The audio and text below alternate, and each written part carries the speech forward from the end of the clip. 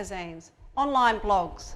It seems everywhere we turn, we hear or read about something that is or isn't good for us. For example, one week, eating frequently with 6 more meals a day will thermoblast your fat away. We are told skipping breakfast increases our risk of a heart attack.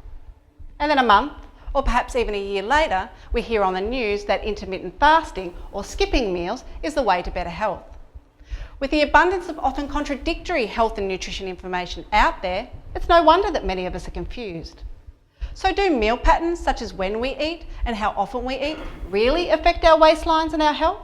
Or is it our overall energy intakes and diet quality that's more important? These are just some of the questions my PhD aims to answer. But before I can tackle these research problems, there's one critical barrier that must be addressed. How do you define a meal? Is a meal defined by the time of day when people eat? Or should it be just up to individuals to decide whether an eating occasion is a meal or a snack?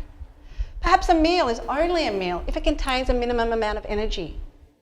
Currently, there is no consensus on the definition of a meal for research.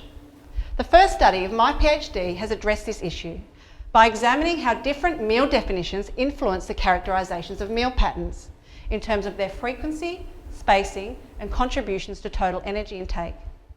My study has found that an objective definition, which employs a minimum energy criterion, captures daily energy and food intake patterns more comprehensively than definitions based on self-report or time of day. This evidence can be used to support recommendations around the most appropriate meal definitions to use in research and why.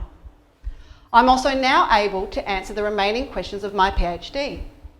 Are different meal patterns associated with nutrient intake, diet quality, and cardiometabolic risk factors such as obesity and blood pressure?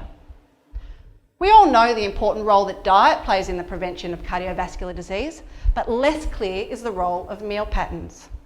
Also lacking is quality research that uses valid and reliable measures of people's dietary intake, adjusting for important factors such as overall diet quality.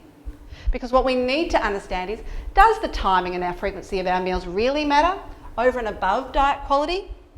My PhD, which analyses data from the most recent Australian Health Survey, is designed to answer these very questions. By examining food intake at the level of a meal, I'll provide evidence on the way people actually eat.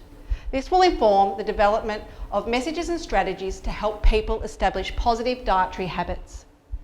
And finally, my research will help unravel the public's confusion surrounding meal patterns and health. Thank you.